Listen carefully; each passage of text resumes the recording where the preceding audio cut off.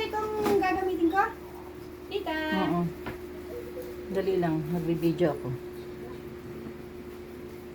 Nandito ang aking pamangkin at tuturuan niya tayong magluto ng chicken salona. Bali, ano siya, Arabic food. At ito ang kanyang mga ingredients. Sige. Sibuyas yung unahin natin kasi madami yung sibuyas.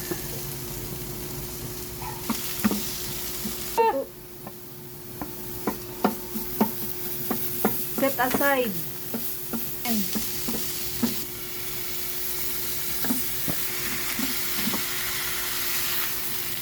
Basta lagayin natin. Ito kasi nagpapasarap dyan yung kamatis at sibuyas. Duro.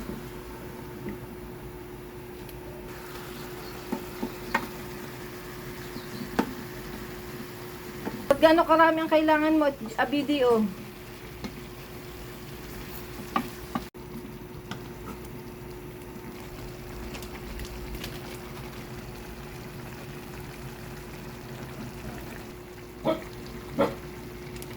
Ano yan?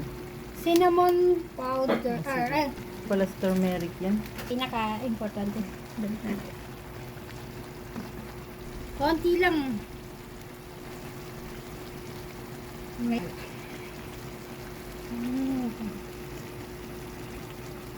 Anong amoy? Magluluto ako niyan. Gamit lang yung ano. Kasi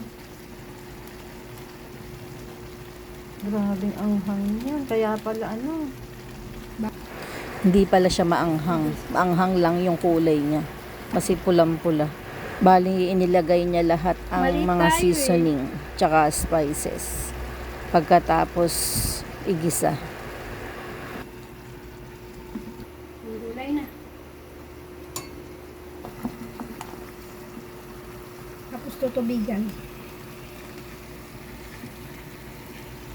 Kusa. Baby squash. Hindi squash yan. Hindi ba to squash? Zucchini. Kala ko baby squash to. Hindi zucchini. Ano ba tong... Takpan mo na muna kaya. Hindi, medyo i-mix ko lang kasi dito pa Kala ko yung ba lasa. lalagyan mo ng tubig yan? Lalagyan naman talaga yan ng tubig.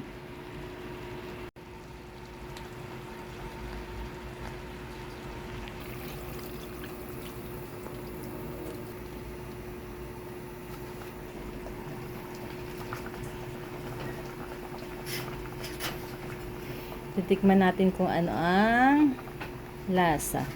Pero hindi pa malambot, hindi pa luto yung mga gulay. Dapat hinaan ito para maluto ang gulay. Hinaan ang apoy. Titikman natin ang lasa. Kung ano ang kulang.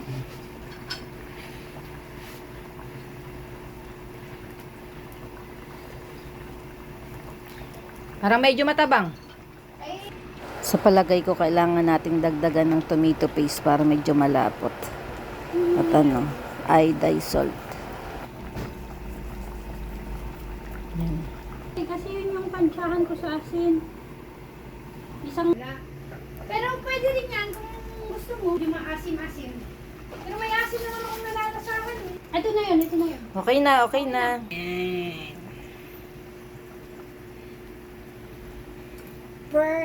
Fresh parsley.